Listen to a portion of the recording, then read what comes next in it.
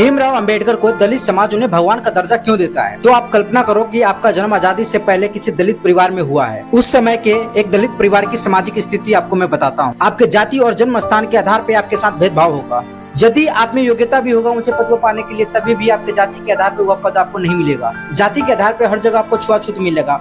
सार्वजनिक स्थान जैसे कि मंदिर हो गया, मैदान हो गए, वहाँ पे आपको प्रवेश नहीं मिलेगा। अगर आप दलित और महादलित है तो आपका खरीद बिक्री होगा। आपसे बंधुआ मजदूर बना के आपसे काम करवाया जाएगा। आपको बिना वेतन के घंटों घंटों काम करना पड़ेगा। उस दौर में अगर आप छोटे मोटे अपराध या जुर्म करते हैं तो उसके बदले में आपको बड़ी से बड़ी सजा मिलेगा। आपको अपना बात या विचार व्यक्त करने का अधिकार नहीं रहेगा। आपके माँ बहन बेटी की इज्जत सिर्फ नाम मात्र की इज्जत रहेगी। अब देखो, संविधान के माध्यम से भीमराव अंबेडकर ने उन शोषित वंचित लोगों को क्या क्या अधिकार दिया। भारतीय संविधान के भाग 3 में अनुच्छेद 12 से लेकर 35 के बीच में आपको 6 मौलिक अधिकार देता है। पहला, समता का अधिकार अनुच्छेद 14 से लेकर 18 के बीच में है। अब आपके साथ किसी भी प्रकार का भेदभाव नहीं होगा, चाहे आपका जाति से लेकर हो, चाहे आपका जन्म स्थान से लेकर हो। स्पेशली अनुच्छेद 16(4) में आपको सरकारी नौकरी के लिए सीट आरक्षित मिलेगा। और अनुच्छेद 17 यानी कि अस्पृश्यता का अंत, यानी कि अब आपके साथ कोई छुआछूत नहीं होगा। दूसरा मौलिक अधिकार स्वतंत्रता का अधिकार 19 से लेकर 22 तक है।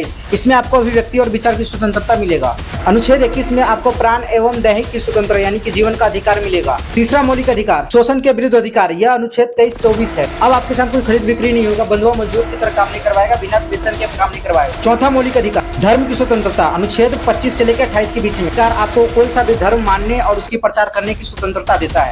पांचवा मौलिक अधिकार संस्कृति एवं शिक्षा संबंधी अधिकार, यह मौलिक अधिकार आपको अपनी भाषा, लिपि और संस्कृति का संरक्षण करने का अधिकार देता है। छठा मौलिक अधिकार संवैधानिक उपचारों का अधिकार, यह अनुच्छेद 32 आपको देता है। यदि आपके किसी भी मौलिक अधिकार का हनन होता है तो अनुच्छेद 32 के तहत आप सुप्रीम कोर्ट में और अनुच्छेद 226 के तहत हाई कोर्ट में रिट जारी कर सकते हैं। ये अधिकार दिया बाबा साहब ने, इसलिए दलित उनकी पूजा करते हैं। अगर वीडियो अच्छी लगी तो उन लोगों को शेयर करो जिन्हें पता नहीं है कि बाबा साहब ने संविधान के माध्यम से उन्हें क्या क्या दिया है।